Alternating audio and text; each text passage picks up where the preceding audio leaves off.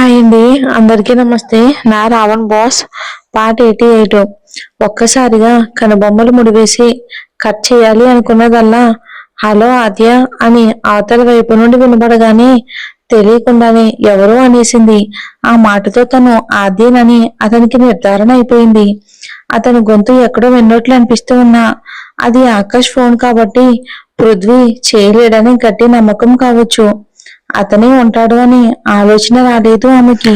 ఇక ఆమె గొంతుతో నువ్వన్న మాట అని అనేసి క్షణం ఆగి, అయినా ఇంతలా ఎలా మోసం చేయగలిగావు అమ్ములు అని అనగానే ఆద్య గుండె జల్లుమంది. అతను పృథ్వీ. ఇది పృథ్వీ గొంతు. అతను ఆకాష్ ఫోన్కి ఎలా చేశాడు, ఎందుకు చేశాడు, ఇక అలా లేపగానే ఆద్య అని ఎలా అన్నాడు? ఆహా, ఎంత పెద్ద ప్లాన్ వేసావే. ఇంతకాలం నిన్ను బుజ్జగించి నా దాన్ని చేసుకోవాలి అనుకున్నా, కానీ ఈ దెబ్బతో నువ్వు నిరూపించేశావు నిన్ను మళ్ళీ బలవంతంగానే పెళ్లి చేసుకోవాలి అని. అమ్మో, నీ పొగరంతా అనిచి నేను నా దాన్ని చేసుకుని ఒకప్పటి అమాయకమైన ఆద్యలా మార్చకపోతే నా పేరు పృథ్వీనే కాదు. నేను వదిలిపెట్టను ఆద్య, ఎక్కడున్నా సరే అన్నాడు. అప్పటికే కంట్లో నిండుగా నిండిన కన్నీరు ఒక్కసారిగా కట్టతెగిన సముద్రంలో బుగ్గని తాకగా టక్కున ఫోన్ పెట్టేసింది. అసలు ఏం చేసింది తను? ఎందుకు పృథ్వీ ఎలా మాట్లాడుతున్నాడు? ఇలాంటి పరిస్థితిలో నేను ఎక్కడున్నానో అతనికి తెలిస్తే? ఒక్కసారిగా గుండె బద్దలైపోయింది ఆ ప్రశ్నకి. ఇక ఇంతలో కెట్టి లోపల నుండి వస్తూనే మరో టేబుల్ మీదున్న ఆద్య ఫోన్ ని తీసుకొస్తూ, ఆద్య నీకు ఫోన్ అన్నాడు. వెంటనే కన్నీళ్లను అతనికి కనబడనివ్వకుండా తుడిచేసుకుని ఫోన్ తీసుకుంది. జగన్నాథం గారు కాల్ చేస్తున్నారు. లిఫ్ట్ చేసింది. క్షేమ సమాచారాలు అవ్వగానే ఇంతకీ ఎందుకు ఫోన్ చేశానంటే, ఆకాష్ కి మినిస్టర్ కూతురు మిల్లీతో పెళ్లి ఫిక్స్ అయిందమ్మా అని అనగానే ఆద్య ప్రపంచం చీకటిని కమ్ముకున్నట్లు అనిపించింది ఒక్కసారిగా. అంతే, అప్పటిదాకా అతను చేసిందంతా నమ్మక ద్రోహమని ఆమె మనసు బదిలిచ్చింది. నాకు తెలిసి వాడు నీకు చెప్పుండడు. అయినా చెప్పాలన్నా నువ్వు ఎక్కడున్నావో, ఏం చేస్తున్నావో, అసలు నీ ఫోన్ నెంబర్ అయినా వాడికి తెలుసో లేదో తెలీదు. తెలుసు, అన్నీ తెలుసు, అంతా తెలుసు. కావాలని నన్ను వాడుకున్నాడు. పృథ్వీ రాజు మీద పగ తీర్చుకోవటానికి నన్ను పావుగా వాడుకున్నాడు. ఆమె కళ్ళు కోపంతో ఊగిపోతూ రక్తంతో వర్షిస్తున్నాయి. కెట్టెన్ షాక్తో అలాగే చూస్తూ ఉండిపోయాడు. ఆమెను కదిలిద్దామన్నా అతనికి భయమేసింది. అందుకే వాడి తరపున నేనే చెప్తున్నాను. నెక్స్ట్ మండేనే వాడి ఎంగేజ్మెంట్. వాడికి నీకు మధ్య చాలానే గొడవలు ఉన్నాయని నాకు తెలుసు. అవి మనసులో పెట్టుకుని నిశ్చితార్థానికి రాకుండా మాత్రం ఉండకు అన్నారు ఆయన. ఆద్యకి నోటమాట రాలేదు. ఆకాష్ ఆమెను వంచాడు. కావాలని ఆమెను వెతుక్కుంటూ వచ్చాడు. పృథ్వీకి సంబంధించిన ఏదో తప్పు చేసి ఆమెను ఇరికించాడు. చి, అసలు ఆకాష్ మనసేనా? చి, అతన్ని ఇంతకాలం ఆమె ఆరాధించింది. అలాంటి నీచుడి దగ్గరుండి పవిత్రమైన ప్రేమ భావాలు పుట్టిన ఆమె మదిని చూస్తూ ఉంటే ఆమెకి అసహ్యంగా అనిపించింది. ఇప్పుడు పృథ్వీ ఆమెను పట్టుకుంటాడు, బలవంతంగానే కిడ్నాప్ చేస్తాడు, పెళ్లి చేసుకుంటాడు. అవన్నీ జరగడానికి ముందే ఆకాష్కి తెలియని విషయాలన్నీ చెప్పి అడగాల్సినవన్నీ అడగాలి. అతన్ని మనసారా చంపాలి. అతని కనులు ఎదుటే అతని ప్రాణాన్ని తీసేయాలి. ఆద్యకి వస్తున్న కోపానికి అతన్ని చంపిన తప్పులేదు అనిపించింది. ఆమె కళ్ళు చింత నిప్పులయ్యాయి. దవడ బిగుసుకుపోయింది. అతన్ని చంపడమో లేక తను చావడమో ఈ రోజు తేలిపోవాలి అనుకుంది. ఆమె ఫోన్తో పాటు ఆకాష్ ఇచ్చిన ఫోన్ని కూడా చేతిలోకి పట్టుకుని, కేటీ, షాప్ మూసేసి ఇంటికి వెళ్ళిపో, ఈ రోజు సాయంత్రం కూడా రాకు అని అతను ముఖం వంక కూడా చూడకుండా చెప్పేసి టక్కున బయటికి నడిచింది బాధగా. ఒకవైపు కన్నీళ్లు, మరోవైపు కోపం. మళ్ళీ మోసం జరిగింది మొదటిసారి కంటే ఇది ఇంకా పెద్ద మోసం. అందుకే ఎవరిని దగ్గరికి రానివ్వకూడదు అనుకుంది ఆమె. ఎవరిని ఇష్టపడకూడదు అనుకుంది. కానీ మొదటి మోసం మనసే చేసింది. ఇది సహించలేదు. తను సహించాలి అనిపించలేదు. మహా అయితే ఏమవుతుంది? పృథ్వీ చేతిలో ప్రాణాలు పోతాయేమో, అంతేగా. ఈ దరిద్రపు లోకంలో బ్రతకడం కంటే చావటం నయం. ఎక్కడ చూసినా మోసమే. ముఖ్యంగా ఆమె బ్రతుకులో అలాంటి బ్రతుకు ఇంకా బ్రతకాలి అనుకోలేదు ఆద్య. అన్నింటికి తెగించేసింది, అన్నింటినీ త్యజించింది. ఆకాష్కి బుద్ధి చెప్పాలి అనుకుంది, గడ్డి పెట్టాలి అనుకుంది. ఇంత నీచుల్లా ఎలా మారావు, ఎందుకు మారావు అని అడిగి, ఇలా మారిన నీకు జీవించే హక్కు లేదని చెప్పి అవసరమైతే అతన్ని అక్కడికక్కడే నరికేయాలి అనుకుంది. క్యాబ్ లో కూర్చుంది. అతనిప్పుడు ఉంటున్న ఇంటికి దారి తీసింది కోపంగా ఆద్య. ఇక ఆద్య వాటన్నిటికీ మూల కారణమని తెలిసిన పృథ్వీ రగిలిపోయాడు. ఆమెకు అంత ధైర్యం రావటం అతనికి అసలు మింగుడు పడడం లేదు. ఆమె అతని వెనక దాక్కోవాలని, అతని సాయం కోరాలి, సొంతంగా ఏదీ చేసుకోకూడదు, చెయ్యకూడదు. అలాంటి ఆద్య ఈ రోజు అతనికి ఎదురు తిరిగి కొన్ని బిలియన్ల ప్రాజెక్టు చేజారిపోయింది. ఇక ఆస్తి నష్టపోయేలా చేసింది. నీకింకా మామూలుగా ఉండదు ఆద్య అని అనుకుంటూ ఉండగానే ఎక్స్క్యూజ్ మీ సార్ అన్న గొంతు వినిపించడంతో అటుగా చూశాడు. చెప్పండి, ఎవరు చేయించారో తెలిసిందా అని అడిగాడు ఆతృతగా. సార్, హ్యాకింగ్ ఇండియాలోనే ఇద్దరు బిగ్గెస్ట్ హ్యాకర్లు చేశారు. వాళ్ళు అసలు ఆ వ్యక్తి ప్రొఫైల్ ని, డీటెయిల్స్ ని బయట పెట్టలేదు, కానీ ఇక ప్రొఫైల్ మాత్రం ఒక మెయిల్ పర్సన్ది అనగానే అతని కనుబొమ్మలు ముడిపడ్డాయి. అంటే ఇందులో ఆద్యతో పాటు ఇంకెవరో ఖచ్చితంగా ఉన్నారు అని మనసులోనే అనుకుని, సరే ఆ హ్యాకర్ల పేర్లు అక్కడున్న కిరణ్ కి చెప్పండి అని చెప్పి అతనికి ఫోన్ చేసి, ఏం చేస్తావో నాకు తెలీదు, ఆ హ్యాకర్స్ ఎవరో నాకు సాయంత్రం లోపుగా తెలియాలి అన్నాడు. సరే సార్, నేను చూసుకుంటాను అని చెప్పి ఫోన్ పెట్టేశాడు కిరణ్. ఆ మరుక్షణమే ఆద్య ఎక్కడుందో తెలుసుకోవాలని వెంటనే ఇండియాలో ఉన్న అతని మనిషికి ఫోన్ చేసి ఆద్య ఇంటికెళ్ళి వాళ్ళ పేరెంట్స్ ని కిడ్నాప్ చేయమని చెప్పాడు. ఇప్పుడు నిన్ను పట్టుకోవటం చాలా ఈజీ ఆద్య. నీ పేరెంట్స్ ని ఎలా చిత్రహింసలు పెడతానో చూడు. అప్పుడు నీకు నువ్వుగా నా కాళ్ళ మీద పడి నన్ను పెళ్లి చేసుకోమని అడుగుతావు అని గర్వంగా నవ్వుకున్నాడు పృథ్వీ. కాసేపటికి అతను పంపిన మనిషి ఫోన్ చేసి, సార్, ఇంటికి తాళమేసుంది, పక్కింట్లో వాళ్ళని అడిగినా వాళ్ళు ఏమీ తెలియదు అంటున్నారు అన్నాడు. ఒక్కసారిగా అతని కనుబొమ్మలు ముడిపడ్డాయి. ఏంటిది? అసలు ఏం చెయ్యాలి అనుకున్నా, ఏం చేద్దాం అనుకున్నా అన్నింటికీ ఎవరో అడ్డు తగులుతున్నారు. చూస్తుంటే ఇదంతా కేవలం కొద్ది రోజుల ప్లాన్లా లేదు, ఎవరో దీర్ఘకాలంగా పథకంగా పన్నారు. ఇక అంత కక్ష అతని మీద ఆద్యకి కాకుండా ఇంకెవరికుంది? దొరుకుతామని తెలిసినా కూడా ఎంత రిస్క్ చేశాడంటే వాడికి నేనేదో తీరని ద్రోహం చేసుంటాను. అవును, అతను ఎంతో మందికి ద్రోహం చేశాడు, కానీ వాళ్ళెవ్వరూ ప్రాణాలతో లేరు. ఆఖరికి శ్రావణ్ణి కూడా చంపేశాడు. బతుకున్నది అతని తండ్రి వరప్రసాద్ మాత్రమే. కానీ ఆ ముసలోడికి అంత సీన్ లేదు. మరి ఎవరై ఉంటారు? ఎందుకు ఇంతలా ఎదురు లేదనుకున్న నాకు ఎదురు తిరిగాడు అని ఆలోచిస్తూ, సరే సాయంత్రం వరకు అక్కడే ఉండి వాళ్ళు ఎప్పుడొస్తే అప్పుడు కిడ్నాప్ చేసేసే, అలాగే సిటీ అంతా గాలించేందుకు మనుషుల్ని అరేంజ్ చేసే, ముందు ముఖ్యంగా బస్ స్టేషన్లు, రైల్వే స్టేషన్లు, ఎయిర్పోర్ట్లు వెతకమను అని ఆజ్ఞాపించి కోపంగా ఫోన్ పెట్టేశాడు పృథ్వీ. ఆకాష్ ఇంటిని చేరుకుంది ఆద్య. ప్రయాణం అంతా ఎంతలా ఏడ్చిందో లెక్కలేదు. నిశ్శబ్దంగా ఎంతలా అరిచిందో ఎవరూ ఊహించలేదు. ఆకాష్ నిజస్వరూపం ఇంత భయంకరమైనదని తెలిసిన తర్వాత ఆమె హృదయం దహించుకుపోయింది. అసలు ఆమె ఎక్కడ తప్పు చేసింది? అతన్ని కొద్ది కొద్దిగా ఆమెకు తెలియకుండానే ఆరాధించింది. బహుశా అదే తప్పేమో, కానీ ఈసారి పూర్తి తప్పు ఆమెదే కాదు. ఎందుకంటే పృథ్వీ విషయం వేరు. అతన్ని ఆమె ఎప్పుడూ ప్రేమించలేదు. అతను ఆమెను కావాలి అనుకోలేదు. అందుకే పూర్తి తప్పు తన మీద వేసుకోగలిగింది. కానీ ఆకాష్ ఆమెకు పదే పదే ఎదురొచ్చాడు. కావలసినంతగా ఆమెను ఉపయోగించుకున్నాడు. అతనికి ఏ భావాలు లేవు. ఉన్నట్లు కొన్నిసార్లు నటించాడు నా ముందు, అంతే. అతని మీద ఇప్పుడు ఎంత కోపం వస్తుంది అంటే అతని ముందు పృథ్వీని నయంగా కనిపించాడు. మెయిన్ గేట్ దగ్గరున్న వాచ్మెన్ ని పట్టించుకోకుండా లోపలికి వెళ్తున్న ఆమెను ఆపాలని చూశాడు వాచ్మెన్.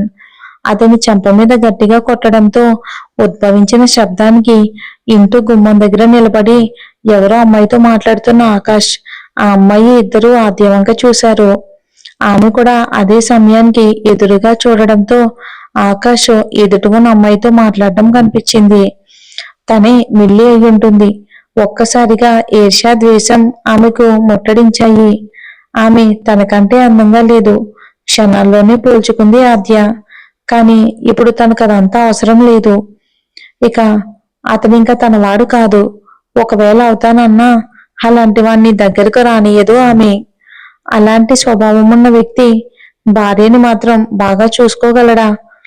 ఆద్యాని అంత ఆవేశంగా చూసి ఏమైందో అర్థం కాక కనుబొమ్మలు ముడివేసి, వాచ్మెన్ లెట్ హెర్ కమ్, ఆమెను లోపలికి రానివ్వు అన్నాడు. అతను తప్పుకోగానే భూమి బద్దలయ్యే ముందు కొండ నుండి బండరాళ్ళు నేల మీదకు ఒరిగినంత వేగంగా అతని దగ్గరికి నడిచింది ఆద్య. ఆశ్చర్యంగా చూశాడు ఆకాష్. ఆ అమ్మాయి కూడా ఆమె వంకే ఆశ్చర్యంగా చూసింది. వెంటనే అతని చెయ్యి పట్టుకుని లోపలికి తీసుకెళ్లి ఆ అమ్మాయి ముఖం మీద తలుపేసి దబాలన లోపలికి వెళ్ళిపోయింది. వెంటనే అతని వంక తిరిగింది. చుట్టూ ఉన్న కట్టెలను మూసేసింది. ఉన్న కాస్త వెలుతురును కూడా మసగ్గా చేసింది. అతని దగ్గరికి నడిచింది. కనీసం ఏమైందని కూడా అడగలేకపోతున్నాడు ఆకాష్. అలాగే రెప్ప అరపకుండా ఆశ్చర్యంగా చూస్తున్న అతని చెంప మీద గట్టిగా కొట్టింది, బలానంతా ఉపయోగించి. ఆకాష్ ఇంకా షాక్ అయ్యాడు. అతను అదే షాక్ లో ఉండగానే ఇటు చెంప కూడా వాయించింది. సరిపోలేదు ఆమెకి. అటు ఇటు చెంప మీద ఇష్టం వచ్చినట్లుగా ఇష్టం వచ్చినన్ని సార్లు కొట్టింది.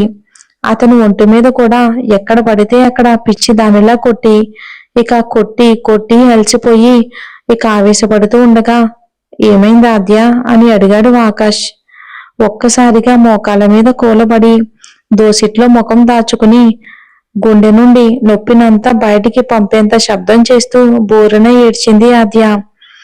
ఎంతలా అంటే మనకు ప్రాణమైన మనిషి చనిపోయినప్పుడు వచ్చే రోదనది. దోశల నుండి ముఖాన్ని పైకెత్తి ఆకాశ్ వంక చూస్తూ పక్కనే టేబుల్ మీదనున్న సామానం అంతా అతనిపై విసిరేసింది. ఏమైంది ఆద్య, ఎందుకు ఏడుస్తున్నావు అని అడిగాడు ఆకాష్. చి, నోరు మీరా, నన్నంతలా మోసం చేసి ఏం తెలియనట్లు ఎలా మాట్లాడగలుగుతున్నావు హా అని గట్టిగా అరుస్తూ అన్ని సామాన్లను విసిరుకొట్టింది. మనసు విరిగిపోయినట్లుగా అనిపించింది. ఆమె ఏం చేస్తుందో కూడా ఆమెకే తెలియడం లేదు. నేనేం మోసం చేశాను అని అడిగాడు. ఆ మాటతో పొల్లు కొరుకుతూ మరోసారి అతని చెంప మీద కొట్టింది. ఆకాష్ ఏమీ రియాక్ట్ అవడం లేదు, కోప్పడడం లేదు ఆమె మీద. అలాగని ఎదురు తిరగడమూ లేదు. ఏమైందో తెలియని సందిగ్ధంలో ఉన్నట్లుంది అతని ముఖం. ఇంకా ఏం మోసం చేశానని అడుగుతున్నావా? ఛీ, నువ్విప్పుడు నా చేతికి ఫోన్ ఇచ్చి మాట్లాడమంది పృథ్వీతోనే కదా? అతన్నేదో చేసి నీ పేరు రాకుండా నన్ను ఇరిగించడానికి ఇదంతా చేశావు కదా అని అంది బిగ్గరగా ఏడుస్తూ. ఆమె అలా ఏడవడాన్ని అతను ఇంకెంతవరకు కూడా చూడలేదు.